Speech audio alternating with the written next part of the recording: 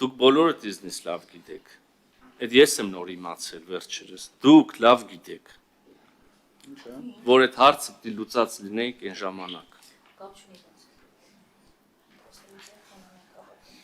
95 թվին ավելի լավ հնարավորություն կար, քան 97, 97-ին ավելի, քան 2000, 2000-ին ավելի, քան 2004-ին, 2004-ին ավելի լավ, քան 2007-ին, 2007-ին ավելի լավ, քան 2012-ին, 2018-ին էլ իր հերթին։ Հələ լսեք,